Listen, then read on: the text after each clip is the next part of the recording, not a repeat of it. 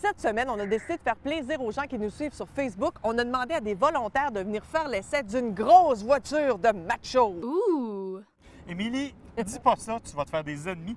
On parle pas comme ça d'une voiture qui est l'emblème des années 60, une véritable icône, la Ford Mustang GT.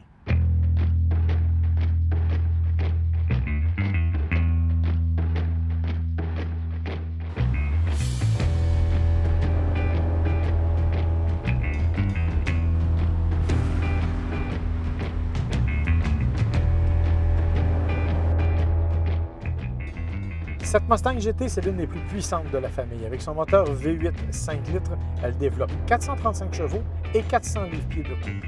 Toute cette puissance est transmise aux roues grâce à une boîte automatique 6 vitesses ou, en version de base, à une boîte manuelle 6 rapports. À 49 500 $, cette propulsion sportive est un véritable rabais, surtout qu'elle célèbre cette année son 50e anniversaire.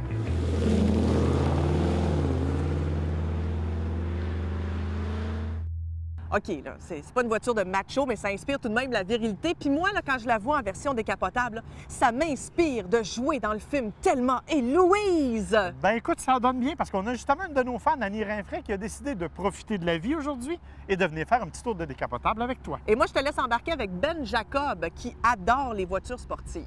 Ouais, mais on peut pas faire un tour comme ça juste pour le plaisir. On va se lancer un petit défi. OK. Cette semaine, il faut consommer le moins possible, même si on conduit un V8 5 litres. OK, mais pour que ce soit quand même juste, on va dire un trajet de 25 km, autant sur l'autoroute que sur la route. Ben parfait. Ça roule?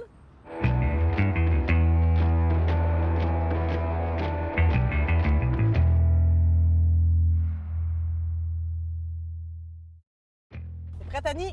Oui, je suis prête. OK. On a une belle petite voiture entre les mains. Tout à fait. Et le but, c'est de pas trop consommer d'essence. Alors, écoute, Benjamin, tu sais, on a demandé à Émilie d'aller faire, idéalement, tu vois, le minimum de consommation. OK. Mais comme elle a dit que c'était un char de macho, deux gars ensemble, on va essayer de faire le contraire. Nous, on va essayer, tout en respectant les lois, de faire d'autres choses, puis d'aller chercher un petit peu plus de consommation. Ça me va. Un beau petit son. Oui. Évidemment, pour la consommation d'essence, normalement, on ne devrait pas accélérer trop rapidement. Ah oui, c'est vrai, faut pas trop... En fait, il faut économiser de l'essence. Un autre élément pour éviter la consommation, c'est les freinages trop brusques. Ah, bon, les freins fonctionnent. Tout à fait. Quand on veut économiser l'essence, ce serait de monter le toit, de monter les fenêtres pour éviter toute la friction. Aimes-tu ton banc climatisant? Oui, ça Pas fait frais hein, au niveau Ouais, du dos. pas pire, pas pire. Et d'éteindre l'air climatisé. j'imagine. Bien sûr, éteindre la climatisée. Puis on se fait un petit plaisir, on va quand même écouter le son. Hey,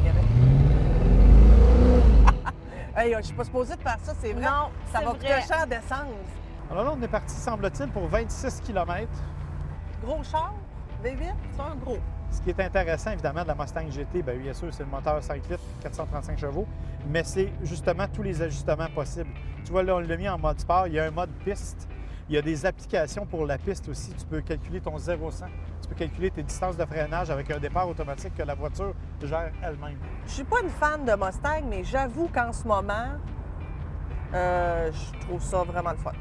C'est la meilleure Mustang qu'on a jamais fabriquée en termes de tenue de route, en termes de performance, en termes de capacité sur piste. C'est clairement la meilleure. Regardez, regardez.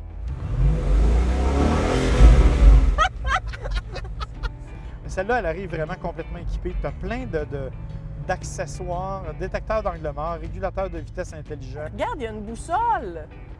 Ah! T'en penses quoi, toi, du look? Tout le monde se retourne sur notre passage. Le look n'est pas désagréable, mais j'aimais peut-être le modèle précédent un peu plus. Ben, tu vois, moi, c'est exactement le cas. C'est-à-dire, c'est probablement mon âge, mais je trouvais que l'autre faisait plus nostalgique. Elle avait l'air plus d'un vrai muscle car. Celle-là, c'est une voiture qu'on a faite pour être vendue partout au monde, y compris en Europe. Fait qu'on lui a donné un look un peu plus européen. Bon, alors je salue la suspension de cette voiture parce que... C'est sûr qu'on a un feeling sport. Je vous dis, toutes les petites bosses dans la route, on les sent. Mais en même temps, c'est quand même assez confortable, je dirais. Oui, Bonne vraiment, suspension. bonne suspension. C'est qu'on a remplacé les anciennes suspensions pour des suspensions indépendantes aux 4 roues, ce qui n'était pas le cas avant. Bon, là, je crois que je consomme beaucoup trop d'essence.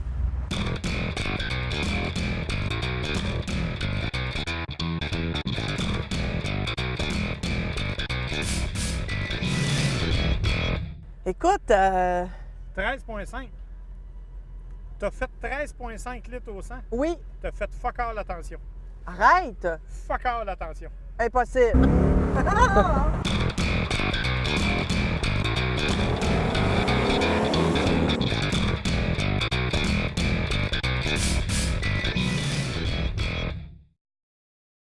Vous aurez compris que notre test n'était pas tout ce qu'il y avait de plus scientifique. En fait, on s'est servi de la voiture elle-même pour mesurer nos performances. C'est ce qui explique que, par exemple, sans faire vraiment d'effort d'économie, j'ai fait une moyenne de 19,2 litres au 100.